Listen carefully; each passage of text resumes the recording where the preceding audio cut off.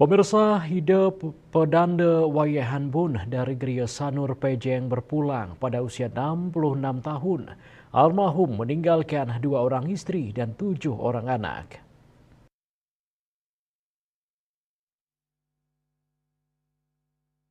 Dari istri pertama, Anagung Rai Martini dikaruniai 2 putra dan 1 putri. Selanjutnya istri kedua, Ida Ayu Ketut Wiryani, Ida pedanda istri memiliki 1 putra dan 3 putri. Menurut penuturan Ida pedanda istri Wayahan Bun, Ida pedanda meninggal dunia Selasa 9 Juli 2024. Ida pedanda menghembuskan nafas terakhir dalam perjalanan menuju rumah sakit Arisanti Mas Ubud. Ida pedanda istri menuturkan 3 hari sebelum meninggal, almarhum sempat mengeluhkan kedinginan dan merasa sesak nafas sehingga dilarikan ke rumah sakit. Almarhum yang pensiunan dosen Fakultas Sastra UNUD ini sempat menjadi ketua PHDI Gianyar. Setelah medikse di tahun 2000 sempat menjabat sebagai Dharma Upadesa organisasi yang mewadahi pendeta di Kabupaten Gianyar.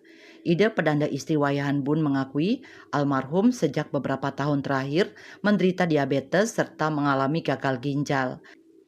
Jenazah Ida pedanda kini disemayamkan di Balai Gedong Geria Sanur Pejeng.